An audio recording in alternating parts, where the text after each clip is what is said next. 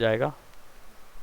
हाँ, तो हमारा सिचुएशन क्या थी, हमारे पास फेस का लाइव पेंट नहीं हो रहा था।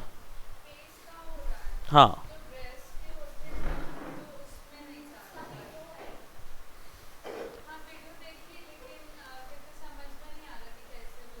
कौन से डे का है?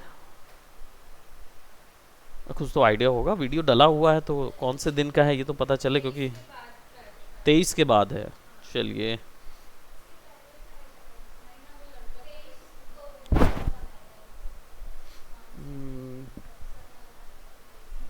देखिए ये 20 है, और ये वाला उस दिन था जो सृजन सर बना रहे थे, है ना? तो उसके बाद हुआ था ना, ये वाला जो था ना, उसके बाद हमने लोगोज वाला कंप्लीट किया था मैश टूल के पहले। इसके भी बाद था। ओके, तो 25।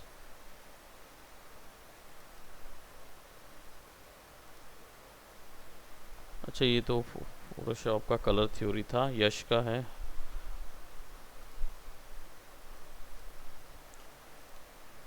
ओरल ड्रॉ, ये वाला एक हमने उसको बनाया था, लोगो, कॉम्प्लेक्स लोगो ना।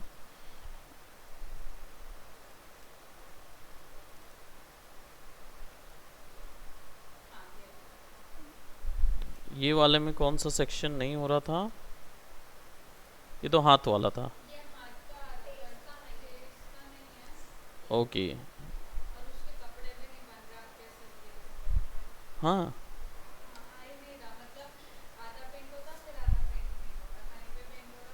ओके, तो वो जुड़े नहीं होंगे, सबको मेक लाइव पेंट किए थे आपने? हाँ, ट्रेस तो नहीं, ट्रेस तो सबसे पहले करेंगे आप, है ना? जैसे 2 मिनट मैं एक क्लियर कर दूं आपको। एंड देखिए, जैसे आपने क्या किया, कोई भी ड्रॉ किया, है ना? यहाँ पे मैं, आप जनरली इस टाइप के ही ड्रॉ चाह रहे हैं, है ना? मान लीजिए आपने ऐसा ड्रॉ किया, वो हट जाएगा, क्योंकि क्या है, आप एस्केप नहीं दबा रहे हैं। ये एक्चुअली में क्या हो रहा है, उसके साथ जुड़ रहा है। जुड़ेगा तो वो प्रॉब्लम करेगा। आपको या तो वी दबा के अलग करना होगा, वापस से जाइए और फिर उसको ड्रॉ कीजिए, है ना? अब ये अलग अलग हो गया, इसको और थोड़ा कॉम्प्लेक्स कर देते हैं। ठीक है, ये सब अलग अलग जा रहे हैं। और देखिए, वो बीच वाले जो हैं लाइंस, वो अलग अलग होती जा रही हैं, कुछ ज्वाइन हो जा रही हैं, कुछ अलग होती जा रही हैं। ठीक है, अब आप इसको क्या करें, पूरों को सेलेक्ट करें और फिर जाएं ऑब्जेक्ट में और लाइव पेंट करें। तो यहाँ मेक लाइव पेंट है, मेक कीजिए। हाँ, तब ये क्या होगा, लाइव पेंट हो जाएगा। अब इसके बाद आप शिफ्ट के दबाइए, सॉरी के दबाइए, तब आप ये लाइव पेंट ऑप्शन में आ जाएंगे। तब आपको वो कलर करने को देगा। तो अगर आप यहाँ यहाँ किसी एक सेक्शन पे कलर करना चाहते हैं तो आपको,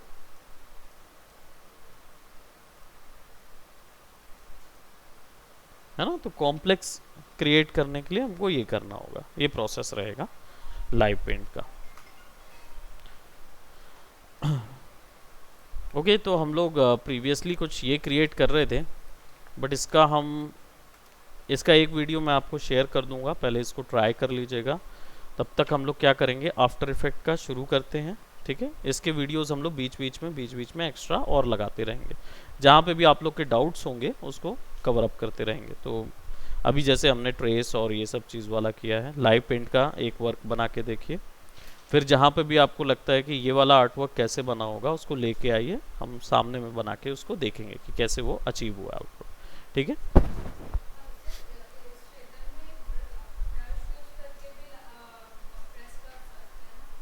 ब्रश यूज़ करके भी ट्रेस कर सकते हैं, लेकिन पेंट के लिए फिर लाइव पेंट ऑप्शन ही रह जाता है, फिर आप उसके फिल को नहीं यूज़ कर पाएंगे।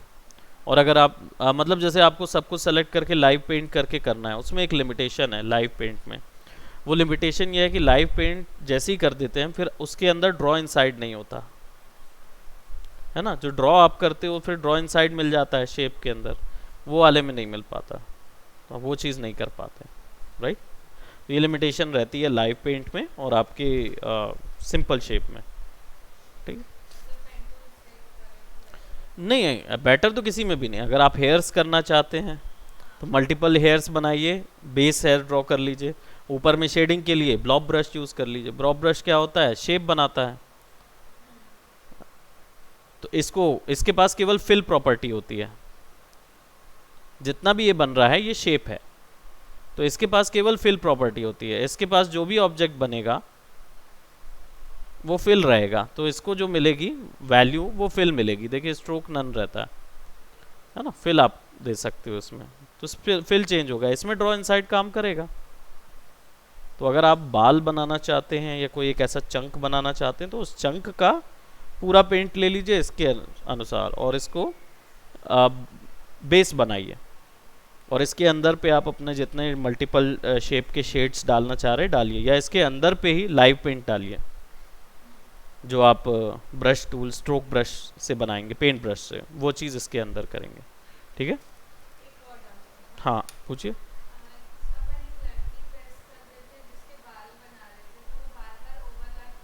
हम्म। हम्म।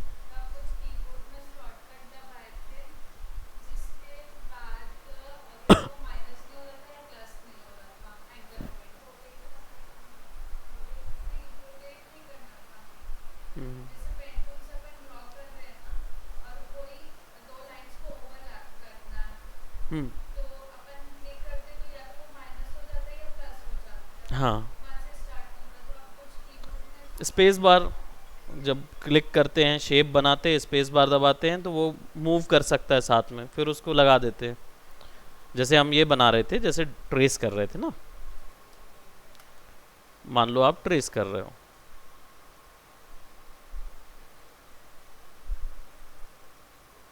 अब मैं बता रहा था कि जैसे मुझे यहाँ से दूसरा कोई निकालना है, पर अगर मैं यहाँ पे की फ्रेम रखूँगा तो ये जुड़ने लगेगा, लेकिन मुझे जोड़ना नहीं है। तो फिर मैं क्या करूँगा, मैं क्लिक करूँगा, स्पेस बार दबाऊँगा और दबाए रखूँगा स्पेस बार, तो मैं इसको मूव करा सकता हूँ। अब मैं इसको यहाँ पे फिक्स करूँगा तो वो ज्वाइन नहीं होगा उसके साथ, बस इसको छोड़ के अब मैं दूसरा ड्रॉ कर सकता हूँ। तो ये दोनों अलग अलग रह जाएंगे, है ना, दोनों अलग अलग शेप रह जाएंगे, तो स्पेस बार था वो, ठीक है। अभी हम लोग ने ये वाला प्रीवियसली एक क्लास में हम लोग एक सोशल नेटवर्किंग के लिए कुछ कपड़ों के पोस्टर्स तैयार कर रहे थे, तो अभी फ़िलहाल इसका हमने जो वर्क बना के रखा है इसका वीडियो अपलोड करूँगा, पहले उसको अचीव करेंगे एंड देन फिर उसके बाद हम लोग और आगे इसमें चेंजेस करेंगे। इसमें और भी बहुत सारी चीज़ें आएंगी जो कि आप पुट कर सकते हैं। सो आज का जो पोर्शन होगा वो आपका आफ्टर इफेक्ट का क्वेश्चन होगा, क्योंकि आफ्टर इफेक्ट जो है वो आपका एक मेजर सॉफ्टवेयर है और मोशन ग्राफिक फील्ड में ये बहुत ही एसेंशियल सॉफ्टवेयर है, राइट। क्योंकि ग्राफिक्स बनाने के बाद जो उसका नेक्स्ट स्टेज है या नेक्स्ट एवोल्यूशन ऑफ ग्राफिक है वो है एनिमेटेड ग्राफिक्स।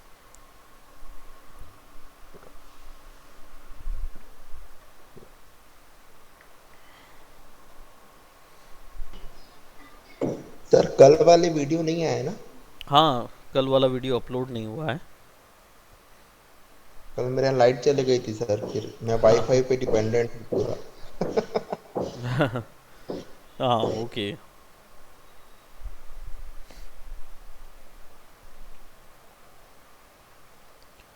हो जाता है। मैं वही सोच रहा था कि रंजीत क्यों नहीं आया। वैसे कल कल तो नीतीश लोग की क्लास हुई थी ना, हाँ उसमें तो हो आप। कल मैंने मैट और कलर करेक्शन का बताया था। मेरे को थोड़ा सा ना कलर करेक्शन समझना भी पड़ेगा, मैं ना कलर डिसकरेक्शन कर देता हूँ। हाँ, अभी अभी क्या है, ये सिचुएशन है कि आपको मर्ज करना आना चाहिए, वरना मतलब नहीं है। क्योंकि दो अगर वीडियोस को हम मर्ज ना कर पाएँ तो फिर कंपोजिटिंग के सॉफ्टवेयर का मतलब क्या रहेगा।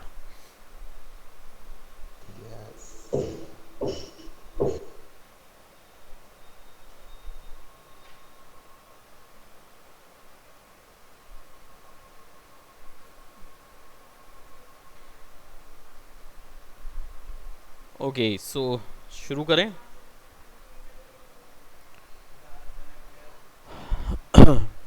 After effect basically compositing software है, ठीक है। इसमें जो जो काम आपने फ़ोटोशॉप में सीखे हैं और जितनी भी इमेजेस को आपस में मर्ज करना हमने फ़ोटोशॉप में सीखा है, वो सारा कुछ यहाँ पे वीडियोस के साथ कर सकते हो आप, ठीक है।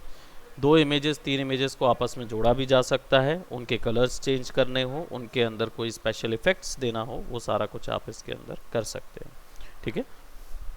मोस्टली ये वीडियोस के साथ काम करता है, बट ये सॉफ्टवेयर जो है वो इमेजेस के साथ भी वर्क कर सकता है, साउंड के साथ भी वर्क कर सकता है, राइट। और कुछ अदर सॉफ्टवेयर्स हैं जो एडोब के होंगे, उनके साथ भी मिलके वर्क कर सकता है। तो ये मल्टीपल जगह पे काम कर सकता है, काफ़ी हैवी सॉफ्टवेयर है और बड़े स्कोप्स के लिए ज़्यादा यूज़ किया जाता है। तो इस पर वर्क शुरू करने के लिए आपको स्प्लैश स्क्रीन मिलती है सबसे पहले। This is home screen, splash screen बोलते हैं इसको। इसमें प्रीवियसली जो वर्क होंगे वो सारे आपको यहाँ पे मिलते हैं, ठीक है। जस्ट अ मिनट रुकिएगा। अरे वो दीदी है ना, उनको ये दे देंगे, बोलना मैंने जो दिया है भाई वही डाल के इसमें, दवाई नहीं है वो वैसे।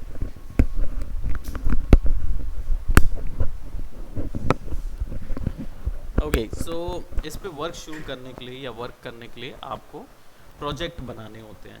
जैसे फ़ोटोशॉप में हम लोग डॉक्यूमेंट्स बना रहे थे, इलस्ट्रेटर में हम लोग एआई फाइल्स बनाते थे, वो भी डॉक्यूमेंट्स में बनती थी।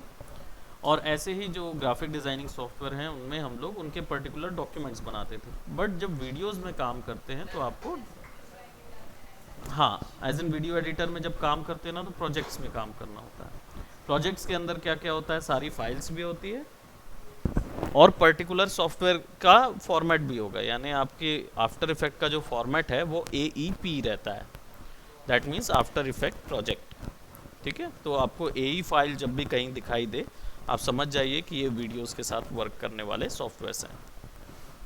अब इनके लिए वर्क करने के लिए न्यू प्रोजेक्ट चाहिए होगा। हम न्यू प्रोजेक्ट पे क्लिक करेंगे तो कुछ भी नया ओपन नहीं होगा। रीज़न ये है कि वो ऑलरेडी एक अनटाइटल्ड प्रोजेक्ट .aep बना के देता है। तो जब आप उसको न्यू कर देते हैं तो यहाँ पे वो फाइल मेंशन कर देगा और AEP रख देगा। आप चाहें तो नाम उस समय भी चेंज कर सकते हैं। नया प्रोजेक्ट बनाना हो तो फाइल में जाके न्यू प्रोजेक्ट या Ctrl+Alt+N यूज़ कर सकते हैं, ठीक है। अब यहाँ पे आपके पास फाइल्स हैं और यहाँ पे 2 ऑप्शंस हैं। पैनलिंग कर देते हैं फटाफट ताकि समझ आ जाए कौन सी चीज़ किस चीज़ के लिए है, ठीक है। अब यहाँ पे क्या हुआ, ऊपर में मेन्यू बार है। मेन्यू बार में काफ़ी कम ऑप्शंस आपको नज़र आ रहे हैं क्योंकि ये सॉफ्टवेयर जो है वो केवल एक ही चीज़ के लिए सेंट्रिक है, कंपोजिशन। तो कंपोजिशन से रिलेटेड सारी चीज़ मिलेंगी, इसमें भरा हुआ मेन्यू बार नहीं मिलेगा, ठीक है। दूसरा, यहाँ पे आपको एक पैनल मिलता है। इसके 5 पैनल होते हैं, 1 2 3 4 5, ठीक है। 1 2 3 4 एंड 5, ये 5 पैनल्स होते हैं अलग अलग, इनको समझने के लिए। अब यहाँ पे जो पैनल होता है इसको बोलते हैं प्रोजेक्ट पैनल। यहाँ पे काम कैसा होगा, यहाँ पे आप डायरेक्ट ड्रैग एंड ड्रॉप नहीं करेंगे फाइल्स को।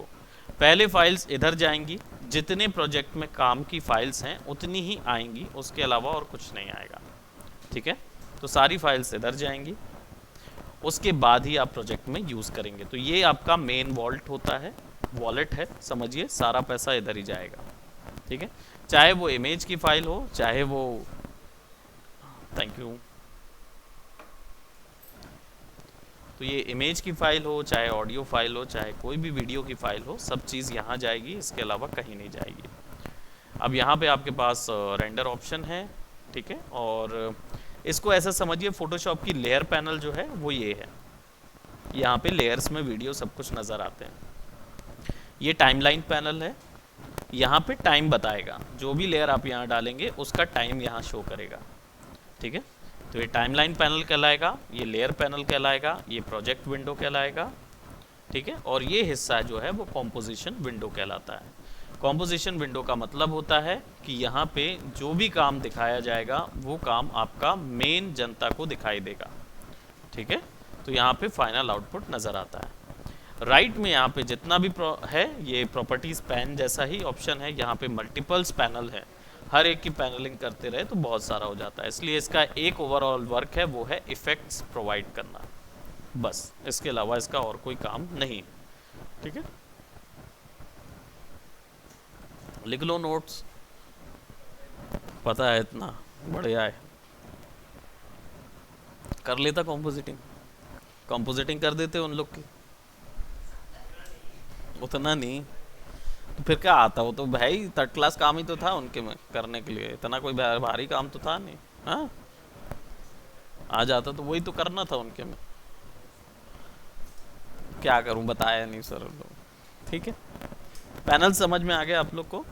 अब वर्किंग की बात करें कि इस पे वर्क कैसे करते हैं।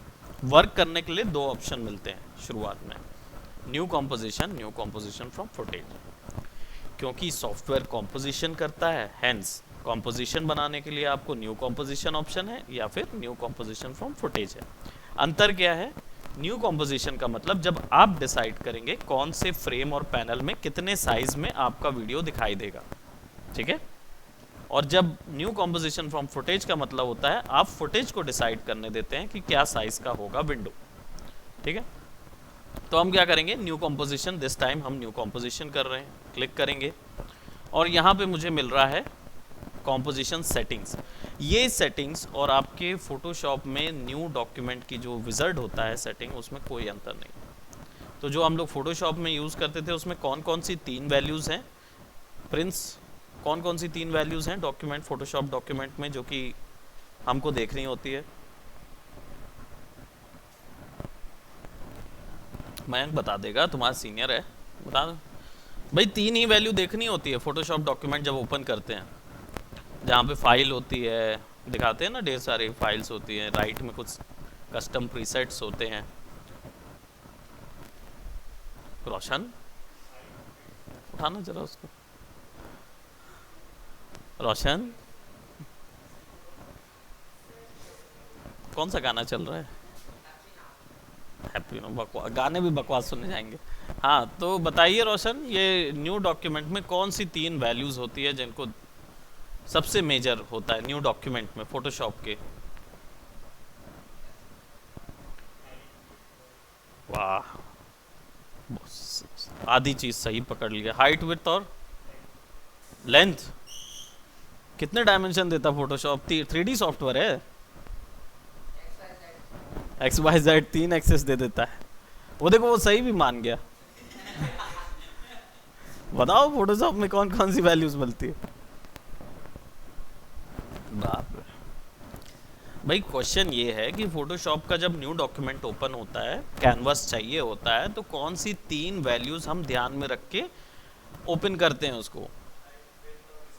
Very good, height width and resolution.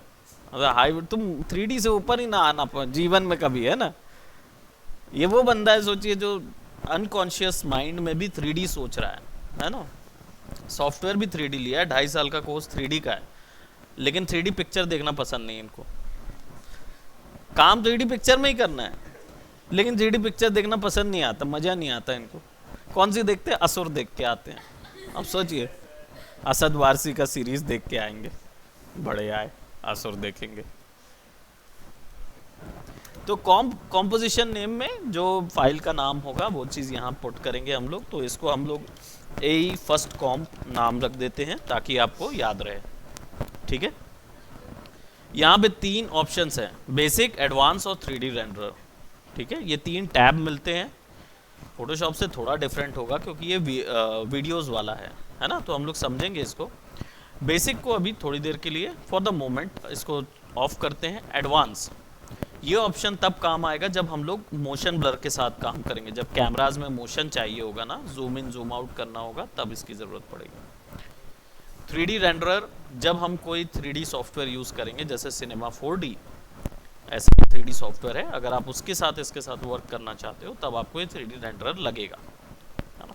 बाकी सॉफ्टवेयर के साथ कोई ज़रूरत नहीं पड़ेगी आपको, केवल सिनेमा 4D सपोर्ट करता है।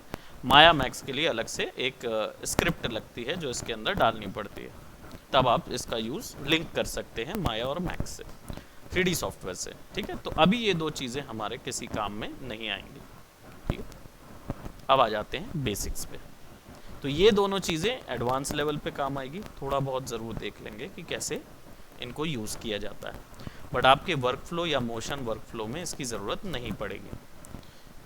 इसको जब आप अपग्रेड करेंगे ना 3D सॉफ्टवेयर में, तब आपको ये ज़रूरत पड़ेगी। तो आप 3D मोशन ग्राफिक जब बनाने होंगे तब के लिए जा सकते हैं। तो अभी फ़िलहाल हमने पोर्शन ऐसा विंडो का ना छोड़ के रखा हुआ है आपको अपग्रेड कराने का, बिजनेस। ओके तो बेसिक्स में आ जाइए। अब बात करते हैं, जैसे फोटोशॉप में आपको हाइट, विड्थ और रेजोल्यूशन की ज़रूरत पड़ती है सबसे पहले। यहाँ पे भी हाइट और विड्थ होता है, यानी वीडियोस आप कितने ही साइज़ में देखना चाहेंगे। मोबाइल साइज़ में देखना है, टीवी साइज़ में देखना है, या मॉनिटर साइज़ में देखना है ना। मेरे पास तीनों स्क्रीन अवेलेबल है, मॉनिटर साइज़ की भी है, टेलीविज़न की भी है, मोबाइल की भी है। थोड़ा सा और अपग्रेड कर लेता मैं तो मैं डेफिनेटली, वैसे अपग्रेडेड है, हम कैलकुलेटर में भी वीडियो चला सकते हैं। हाँ, कैलकुलेटर में भी, वो आपके कोर्सेज में नहीं है, वो इनके कोर्सेज में भी नहीं है वो बेसिकली हाँ अपग्रेड कोडिंग वाले जो हैं वो डेफिनेटली उसके लिए फैमिलियर है, वो जा सकते हैं। तो डिफरेंट टेक्नोलॉजीज के साथ कैसे लिंक करें वो वर्क है, दैट इज़ डिफरेंट।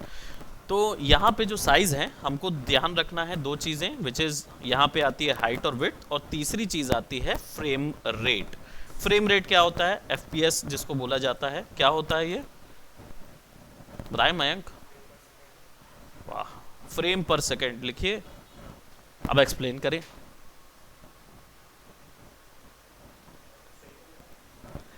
एक्सप्लेन करो, व्हाट इज फ्रेम पर सेकेंड? वेरी गुड, सेकेंड से पहले आता है फ्रेम सेकेंड। आप समझे, फ्रेम से सेकेंड से पहले क्या आता है?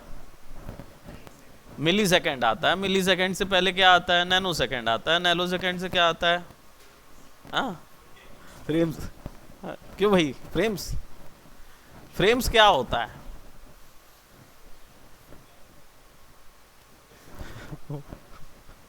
एक्सप्लेन कीजिए भाई, अगर आप अपनी चीज एक्सप्लेन ना कर पाए तो क्या मतलब? अब जो एक्सप्लोर कर सकता हो तो फोन में लगा हुआ। किसका फोन है? डॉक्टर साहब का। हाँ, तो फिर हम पूछ रहे हैं कि फ्रेम पर सेकंड का मतलब क्या होता है। स्वास्तिक से भी पूछ रहे, तुमसे पूछ रहे। देखो, हमें स्वास्तिक पर पूरा भरोसा है, तुम चिंता मत करो, हमें पूरा भरोसा है, इसलिए हम स्वास्तिक से नहीं पूछे, तुमसे पूछ रहे। FPS का मतलब क्या होता है? FPS का मतलब क्या होता है? FPS, what is FPS? वाह, फ्रेम पर सेकंड है कि नहीं? क्या मतलब? एक्सप्लेन मतलब करो, एक्सप्लेन करो। वेरी गुड, इसलिए अटेंटिव होना चाहिए। कितने फ्रेम होते हैं? बढ़िया, 24 या 30 है। यहाँ तो 29.97 लिखा हुआ, चेंज कर देंगे अपनी मर्जी से देखिए, फ्रेम पर सेकंड प्लेबैक स्पीड को बोलते हैं, जो कि वीडियो की स्पीड को बताता है। अब इसका फ़ायदा और नुकसान क्या है? फ्रेम पर सेकेंड जो आपने एक टर्म सुना होगा, जिनको ये बोल रहे थे 24 FPS या फिर 30 FPS, यानी 24 FPS और 30 FPS जो है वो वीडियोस की, जनरल वीडियोस की प्लेबैक स्पीड होती है। यानी कि जो हम लोग अभी बैठे हुए हैं, हमारी जो, अच्छा ये तो पता ही नहीं है, वीडियो जो है वो वीडियो एक फाइल नहीं होती, it's a collection of images. ठीक है, मल्टीपल इमेजेस का एक साथ मिक्स होता है, और प्रति सेकंड में जितनी इमेजेस हम दिखाते हैं वो उसका FPS होता है। ठीक है, यानी मान लीजिए अगर मैंने एक वीडियो शूट किया, उसमें 1000 इमेजेस हैं, ठीक है, उसको हम प्ले कर रहे हैं और मैंने इसको 30 FPS में प्ले किया, ठीक है, तो मुझे कितने सेकंड का वीडियो मिलेगा? 30 डिवाइडेड बाय 1000 कर देंगे, कितना हुआ? मैथ्स में तुम्हारा जुगाड़ अच्छा है, बताइए जरा। 10 मल्टीप्लाई नहीं करना, डिवाइड करना है ना। 0.030 ये उसका FPS होगा, राइट। और 10% करने के लिए कितना चाहिए होगा? इजी है,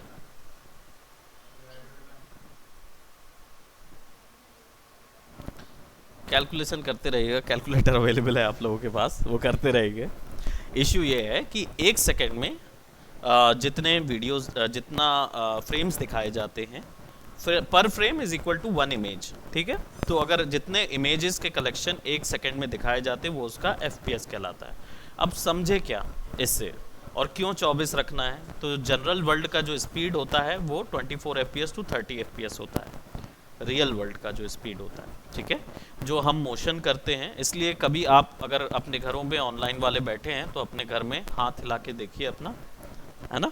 तो अगर आप हाथ हिला रहे हैं तो क्या मेरे हाथ के मोशन को रीड कर पा रहे हैं?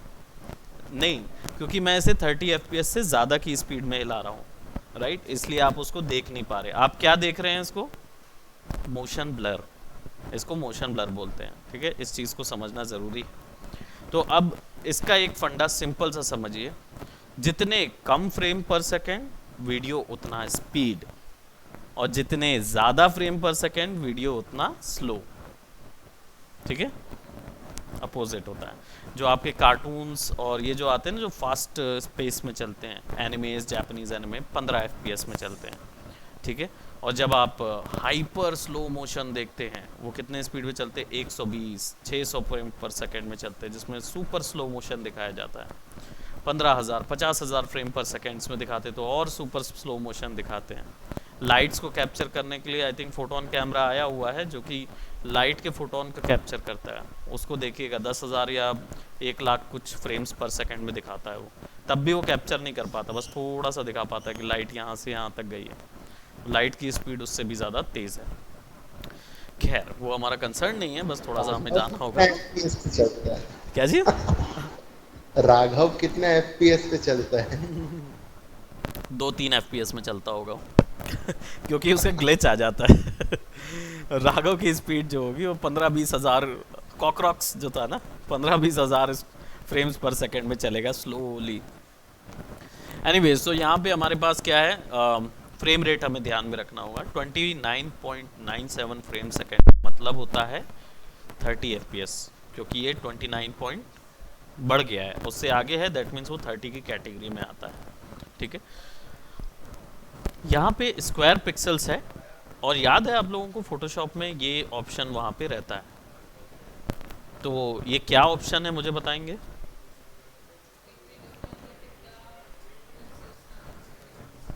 वो तो रेजोल्यूशन, हाँ हाँ वो रेजोल्यूशन था। तो ये क्या करता है? नहीं, ये वाला वो नहीं है। मयंक, ये क्या चीज़ है? वही पूछ रहा हूँ, क्या चीज़ है ये? पिक्सल एस्पेक्ट रेशियो क्या होता है?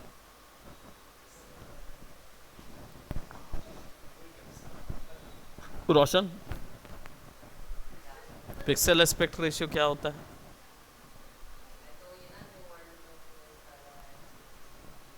हाँ तो बताओ ना, एक्सप्लेन करो फटाफट जल्दी जल्दी।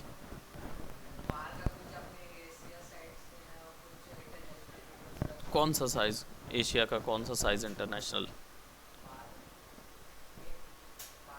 एशिया का? तो कौन सी साइज की बात कर रहे हैं हम यहाँ?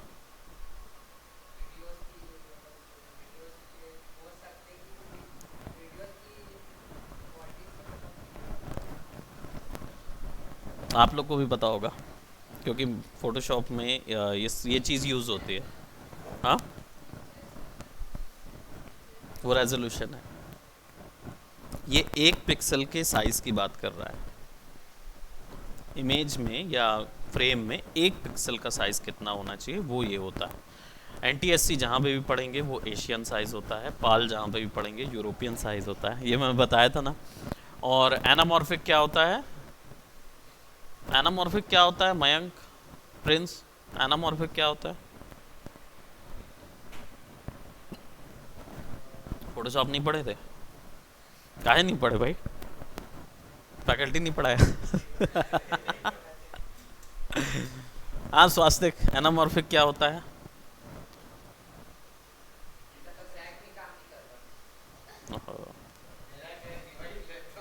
देखो उनका क्रैक तो अब आया नहीं है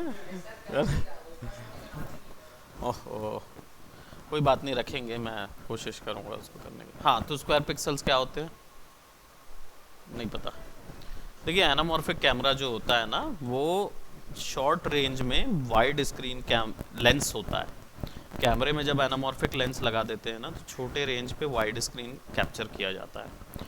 इसका जो पिक्सल साइज़ होता है वो होता है 2, यानी जो नॉर्मल पिक्सल साइज़ होगा उसका दुगना पिक्सल पे इमेज बनेगी।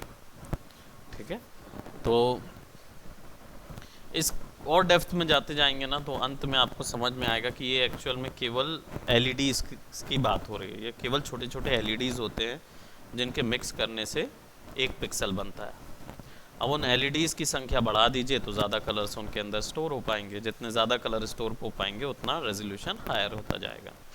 ठीक है, तो खैर वो एक सेपरेट चीज़ है। तो square pixels by default digital world के लिए जब काम करेंगे तो स्क्वायर पिक्सल्स में रखेंगे, जब हमें अनुमान नहीं है, पता नहीं है कि पिक्सल का साइज़ क्या है। ठीक है, यहाँ पे फ्रेम रेट है और यहाँ पे drop frame, non drop frame है।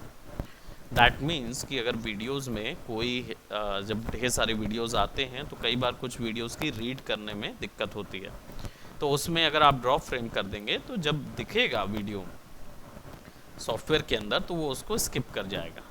नॉन ड्रॉप करेंगे तो फिर वो लैग करेगा, थोड़ा सा रुकेगा उसको रीड करने के लिए इमेज को। ये हम बात कर रहे हैं उस सॉफ्टवेयर की जो वीडियोस को समझेगा। ठीक है, तो ड्रॉप फ्रेम कर देंगे तो आप यहाँ वर्क करने पे काम थोड़ा सा तेज़ हो जाएगा। ठीक है, resolution full, half, third and quarter. ये एक्चुअल में जब वीडियो आपका प्ले करेंगे तब ये वीडियो आपको थोड़ा सा लो रेजोल्यूशन पे दिखाई देगा, और इससे बाहर ले जाएंगे तो हाई रेजोल्यूशन पे यूज़ कर सकते हैं। दैट मीन्स आपकी यहाँ से जो क्वालिटी जाएगी वो तो HD क्वालिटी होगा, लेकिन यहाँ पे वर्क करते समय वो आपको लो क्वालिटी में दिखाएगा। इससे आपकी मेमोरी बचेगी, और आपके कंप्यूटर में अगर ज़्यादा मेमोरी नहीं है तो वो आपको इस पे वर्क कर सकते हैं आप, तो हेल्प करेगा वो। ठीक है, तो इसको क्वार्टर ही रहने देते हैं। वीडियो कहाँ से शुरू करना है और ड्यूरेशन टोटल वीडियो की कहाँ से वैल्यू, कितना वीडियो चलेगा। तो अभी बाय डिफ़ॉल्ट 30 है, इसको मैं 10 कर देता हूँ, यानी ये 10 सेकेंड चलेगा। ये कैसे चलता है, आवर, मिनट, सेकेंड्स एंड, नहीं मिली सेकेंड्स नहीं होता है, फ्रेम्स होगा। यहाँ पे मिली सेकेंड्स नहीं होगा, यहाँ फ्रेम्स होगा। ठीक है, तो ये hour, minute, seconds and frames इसमें आएगा। वर्क करने के लिए जो बैकग्राउंड चाहिए वो आपको कैसा चाहिए, तो यहाँ ब्लैक बैकग्राउंड है, इसको यूज़ कीजिए और ओके कर दीजिए। शुरुआत के लिए यहाँ पे हम लोग कुछ सिंपल से स्लाइड शो वीडियोस बनाएंगे जो आपको एक प्रैक्टिस करने के लिए हेल्प करेगा। ठीक है, इसके लिए आपको क्या करना होगा, सिंपल ये आपका कॉम्पोजिशन है। ठीक है, अब इसके अंदर इमेज लाने के लिए आपके पास 4 तरीके के डिफरेंट ऑप्शंस होंगे। कौन से 4 ऑप्शन होंगे, control I, drag and drop, double click और राइट क्लिक एंड इंपोर्ट। हाँ, क्या चीज़,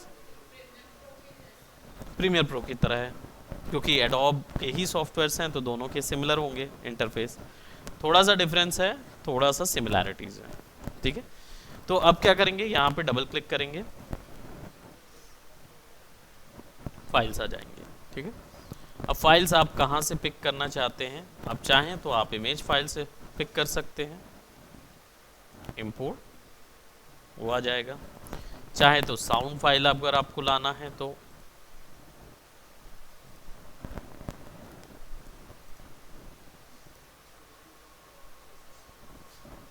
ठीक है, और चाहे तो वीडियोस फाइल लानी होगी।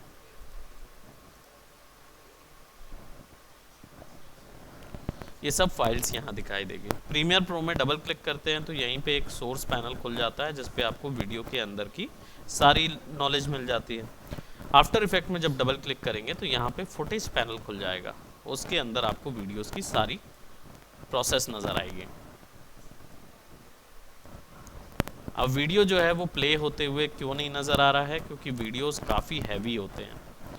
ठीक है, और यहाँ पे ये वीडियो जो है वो फुल क्वालिटी का है, HD क्वालिटी का है। कैसे पता चल रहा है, वीडियो को सेलेक्ट करेंगे तो यहाँ पे उसकी पूरी जानकारी आपको मिलेगी। कितने FPS में चल रहा है, कितना लंबा ड्यूरेशन का है, कितना साइज़ है, 3840 का है। जब आप इसको कॉम्पोजिशन पे क्लिक करेंगे तो अभी वीडियो गायब है क्योंकि ये कॉम्पोजिशन के अंदर नहीं आया।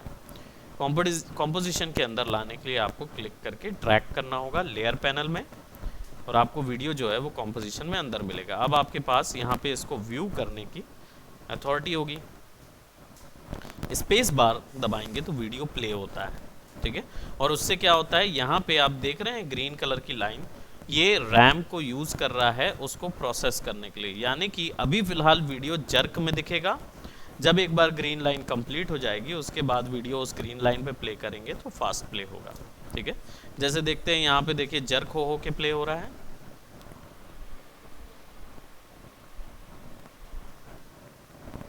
ठीक है। स्पेस बार दबाएंगे तो रुक जाएगा। इस मार्कर को बोलते हैं टाइमलाइन मार्कर। ये जहाँ पे भी होगा वहाँ पे वीडियो का सेक्शन नज़र आएगा। इसको मैं फर्स्ट पे ले जा रहा हूँ और स्पेस बार दबा रहा हूँ, तो अब देखिए अब वीडियो ओरिजिनल पे हो रहा है ना। तो एक बार उसकी प्रोसेसिंग करनी पड़ती है, उसके बाद वो फिक्स हो जाता है, ठीक। अब वीडियोस को अगर हमारे फ्रेम पे फिट करना है तो एक तरीका है ट्रांसफॉर्मेशन गिज्मो का यूज़ करके आप फिक्स कर सकते हैं। दूसरा तरीका होता है वही शिफ्ट वाला काम भी इसमें करेगा। यूनिफॉर्म के लिए शिफ्ट कर दीजिए, ऑल्ट के करेंगे तो सेंटर से होगा, है ना। ऑल्ट एंड कंट्रोल या ऑल्ट एंड शिफ्ट करेंगे तो सेंटर से यूनिफॉर्म होगा। इस तरीके से मल्टीपल व्यूज़ होंगे। इसमें एक और तरीका है, राइट क्लिक कीजिए तो सारे ऑप्शंस आएंगे, इनमें ट्रांसफॉर्म ऑप्शन होता है जैसा इलस्ट्रेटर में होता था। ट्रांसफॉर्म में जाइए और यहाँ पे फिट टू कॉम्प आएगा। क्योंकि मेरा वीडियो लैंडस्केप है और मेरा फ्रेम जो कॉम्पोजिशन का है वो भी लैंडस्केप है, तो जब मैं इसको फिट टू कॉम्प करूँगा वो एक्चुअल फिट हो जाएगा। और अभी वीडियो मेरा थोड़ा सा पिक्सल पिक्सल नज़र आ रहा है, रीज़न है कि वो क्वार्टर व्यू में दिखा रहा है। दैट मीन्स अभी मेरी मेमोरी वो बचा रहा है। अब अगर मैं इसको फुल में कर दूं तो वीडियो ओरिजिनल स्टेट पे मुझे नज़र आएगा, ठीक है। लेकिन इसमें क्या होगा, स्पीड स्लो हो जाएगी काम करने की, ठीक है। तो इसलिए इसको जनरली हम थर्ड या क्वार्टर में करते हैं। तो जब कलर करेक्शन या कुछ ऐसा करना होगा तब क्वार्टर में करिए। जब आपको ट्रैकिंग या कुछ ऐसी टेक्निक्स चाहिए होंगे जिसमें इमेजेस के साथ कोई चेंजेस हो रहे हैं तो फिर आप उसको थर्ड में करिए। और फिर मेन आउटपुट लाने के लिए फिर फुल में करिए। हालांकि यहाँ पे जो भी वैल्यू रखेंगे उससे कोई फ़र्क नहीं पड़ेगा, बाहर वीडियो जो ओरिजिनल क्वालिटी है उसी में आएगा, ठीक है। अब इस पे यहाँ पे क्या है कि 2-4 चीज़ें आपको ध्यान में रखनी है। इमेज जब लेके आऊँगा तो देखिए इमेज दिखा नहीं रहा, क्यों? क्योंकि वीडियो की ऊपर है। अब मैं वीडियो को नीचे करता हूँ। वीडियो को नीचे और ऊपर करने का शॉर्टकट क्या है, जो फोटोशॉप में था, इलस्ट्रेटर में था, क्या था? एग्जैक्टली, कंट्रोल ब्रैकेट,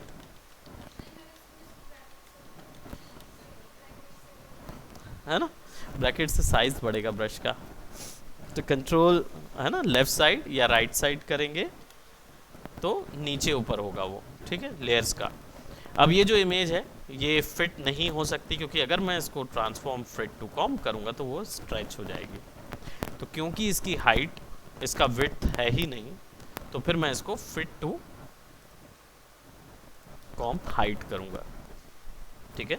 ये चीज़ें ध्यान में रखें जब आपको एस्पेक्ट्स बराबर रखने हो, क्योंकि ये काम आते हैं।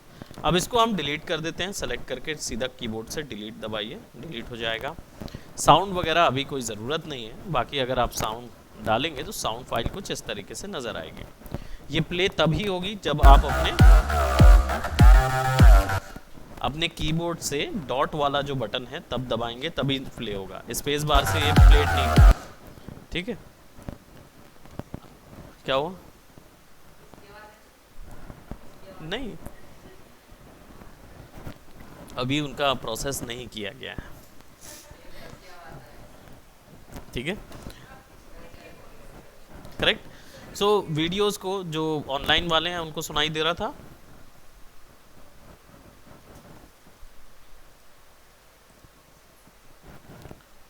प्रोबेबली, है ना। सो खैर वो एक डिफरेंट सेक्शन है। अब प्रैक्टिस के लिए क्या करें, ये तो थी वो लेयर्स जो कि बाय डिफ़ॉल्ट आपके पास आएंगी जब आप क्लाइंट्स के साथ वर्क करेंगे तो। पर आफ्टर इफेक्ट भी कुछ अपनी सेपरेट लेयर्स देता है, तो उसके लिए राइट क्लिक करें, न्यू पे जाएं और यहाँ पे आपको पूरे लेयर्स ऑप्शन जो आफ्टर इफेक्ट ओपन करके देता है वो आपके पास है। अप्रॉक्सीमेटली करीब 9 लेयर्स का सेक्शन आपको यहाँ पे मिलता है, जिसमें टेक्स्ट, सॉलिड, लाइट, कैमरा, नल ऑब्जेक्ट, बहुत सारे ऑप्शंस यहाँ पे मिलते हैं। सारे लेयर्स हैं और सब लेयर का पर्पस अलग अलग होता है, ठीक है। टेक्स्ट इनपुट होगा तो टेक्स्ट लगेगा, सॉलिड मैट चाहिए तो सॉलिड लगेगा। ये सॉलिड मैट वही सॉलिड मैट है जो फोटोशॉप में आपको एडजस्टमेंट लेयर के अंदर सॉलिड मैट मिलता है, वही चीज़ है। लाइट्स, इसमें 3D लाइटिंग होती है, तो जब आप 3D लाइट्स के एडवांस उस ऑप्शन में जाएंगे तब हम लाइट्स को चेक करेंगे, ठीक है। कैमराज, ये सब 3D लेयर्स के ऑप्शंस हैं, तो वो आपको मिलेंगे, हम आखिर में उसको करेंगे। नल ऑब्जेक्ट, शेप लेयर, शेप्स जब इलस्ट्रेटर जैसा कोई काम करना होगा तो शेप की ज़रूरत पड़ेगी। एडजस्टमेंट लेयर, ये तो पता ही है हमको, जैसा फोटोशॉप में यूज़ होता है। कंटेंट अवेयर फिल लेयर, जो फोटोशॉप में कंटेंट अवेयर फिल होता था ये वही है। बस याद रखें कि जो वहाँ पे आप इमेज के साथ करते थे वो यहाँ पे वीडियोस के साथ कर पाएंगे, ठीक है। फोटोशॉप की फाइल लाना हो डायरेक्ट इनपुट कर सकते हैं फोटोशॉप की फाइल। मैक्सॉन सिनेमा 4D फाइल, ये एक्चुअल में एक 3D सॉफ्टवेयर है सिनेमा 4D, उसकी फाइल्स के साथ वर्क करना हो तब आपको लगेगा, ठीक है। बाकी इसमें वर्क करने के लिए अभी प्रैक्टिस के लिए सॉलिड लेयर यूज़ कर रहे हैं, क्लिक करेंगे सॉलिड में, ऐसा कुछ ओपन होगा। सेम है, height, width, pixel aspect ratio, square. यहाँ पे आप अगर परसेंटेज कर देंगे तो यहाँ पे वैल्यू डाल पाएंगे। 50% रखना हो तो अपने आप 50% साइज़ का बनेगा, अभी 100% साइज़ का है, ठीक है। यहाँ पे मेक कॉम्पोजिशन साइज़ कर देंगे तो वो कॉम्पोजिशन का अपने आप साइज़ ले लेगा। यहाँ पे कलर आप चूज़ कर सकते हैं कौन सा, मैं इसको H पे रख रहा हूँ, इस पूरे को तो यूज़ करना आपको आता ही है, कलर पिकर को यूज़ करना है ना। तो यहाँ पे मैं कुछ बेसिक कलर ले रहा हूँ, ओके करूँगा एंड ओके करूँगा। एज यू कैन सी वो कलर यहाँ आ जाएगा, लेयर पे मेरे पास अवेलेबल है। अब यहाँ पे देखिए लेयर का साइज़ कितना बड़ा है, left to right it's quite fill, काफ़ी बड़ा साइज़ है। और इसको अगर हमें छोटा करना है, क्योंकि ये कंप्लीट आपका 10 सेकंड ले चुका है, इसको छोटा करना है तो क्लिक एंड ड्रैग कर दीजिए, वीडियो साइज़ छोटा हो जाएगा। बट याद रखें ये चीज़ आप केवल किसके साथ कर सकते हैं, इस लेयर के साथ जिसमें एक इमेज होती है, एक फ्रेम होती है, क्योंकि अगर आप इसको वीडियोस के साथ करेंगे तो वीडियो तो नहीं छोटा होगा और डेफिनेटली उसका एंड से उतना हिस्सा कट हो जाएगा, ठीक है। तो खैर वो हम लोग आगे और एक्सप्लोर करेंगे, अभी फ़िलहाल हमारे पास ये लेयर है, ठीक है। इस लेयर को हमें इसका कलर अगर पसंद नहीं आ रहा है या हमें कोई दूसरा कलर इसकी जगह लेना है तो कंट्रोल शिफ्ट वाई सेटिंग्स है, कलर ऑप्शन हमको यहाँ पे फिर से मिल जाएगा, कंट्रोल शिफ्ट वाई। और अगर वो चीज़ नहीं मिल रही है तो लेयर पे यहाँ पे आपको सारी ऑप्शन मिल जाएंगे विच इज़ सॉलिड सेटिंग्स, ठीक है। जो भी लेयर आप यूज़ करते हो उससे रिलेटेड सेटिंग्स आपको ऊपर में मिल जाएगी।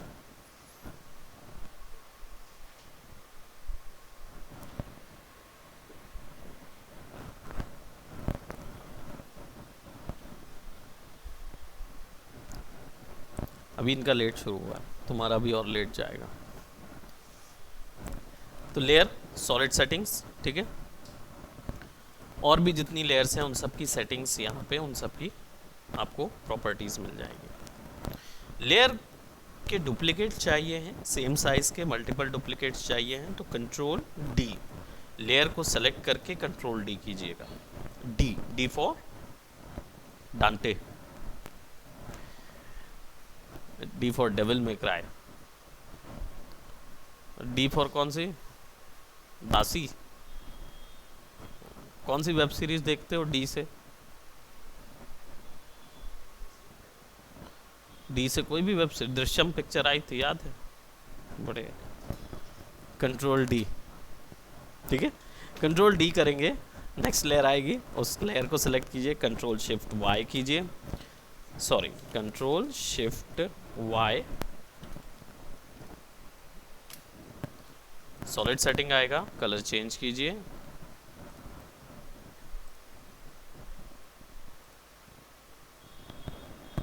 दो लेयर्स आ गई।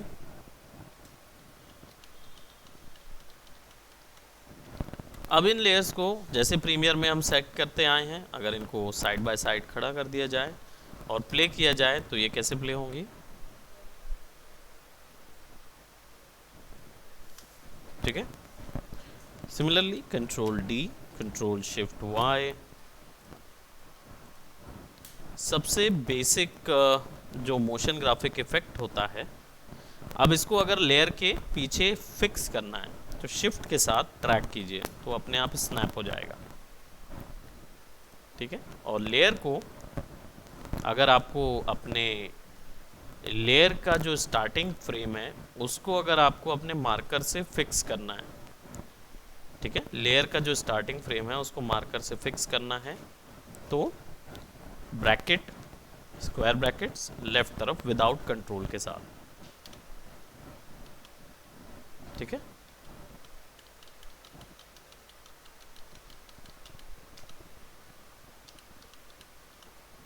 अगर लेफ्ट तरफ वाला दबाएंगे तो फ्रंट फ्रेम आ जाएगी, राइट तरफ वाला दबाएंगे तो लास्ट फ्रेम आ जाएगी, ठीक है। तो इस इफेक्ट को बोलते हैं पॉपअप इफेक्ट, ठीक है। तो ये क्या होते हैं, ये कलर ट्रांजिशंस होते हैं, कलर ट्रांजिशन होते हैं जो पॉप करते हैं डिफरेंट। यहाँ पे अगर मैं ऊपर में एक दूसरी लेयर ले लूँ, न्यू पे जाके टेक्स्ट लेयर, तो मैं यहाँ पे इसके अंदर वैल्यू पुट कर सकता हूँ, ठीक है। वी शॉर्टकट होता है लेयर्स को सेलेक्ट करने का, वी, लेकिन आप टेक्स्ट के बाद अगर वी दबाएंगे तो वो टेक्स्ट के अंदर ही लिखने लगेगा, इसलिए बाहर क्लिक कीजिए और वी दबाइए। अब आप गौर कर रहे होंगे कि ऊपर में कहीं पे आपको कोई टूल बार नहीं दिख रहा है, मैं तो गौर ही नहीं किया होगा, अभी देख रहे हो कि वो टूल बार वहां दिखा ही नहीं रहा। कंट्रोल 1 या फिर विंडोज में जाके टूल बार दबाएंगे तो आपको ये टूल बार वहां मिल जाएगा।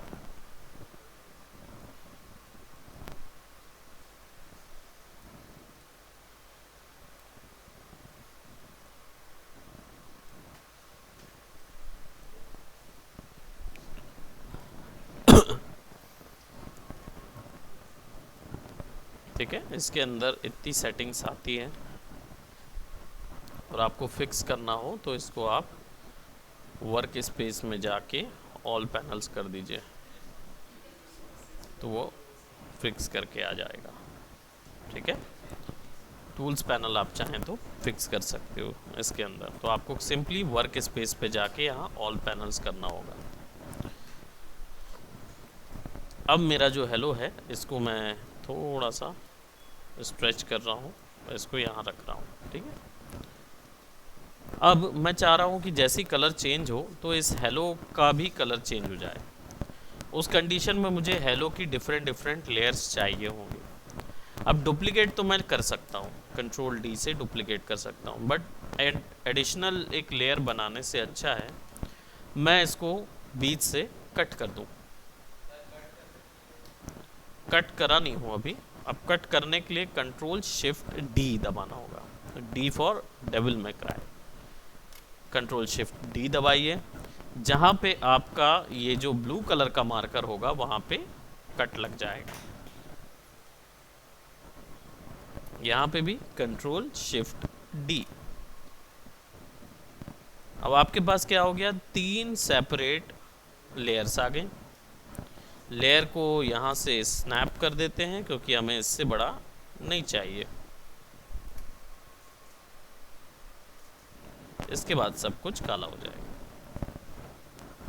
अब इसके कलर को चेंज करने के लिए इस पर डबल क्लिक कीजिए और यहाँ पे कैरेक्टर्स ऑप्शन आएगा, इसको कलर चेंज कर दीजिए।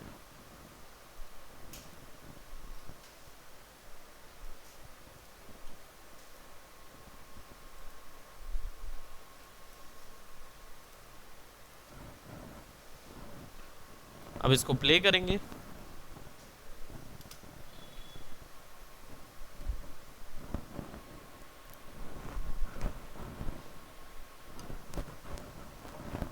एक्सप्लेनेटरी वीडियोस बनाते समय इस चीज़ की ज़रूरत पड़ती है, जब आपका नरेटर बस रहे आपके पास और कोई एक्टर्स वहाँ पे ना बैठे, तो नरेटर्स के लिए ये ज़रूरत पड़ती है।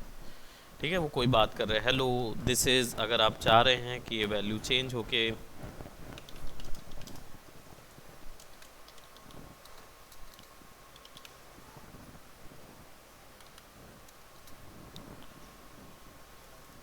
इसकी पोजीशन थोड़ा सा सेंटर कर देते हैं।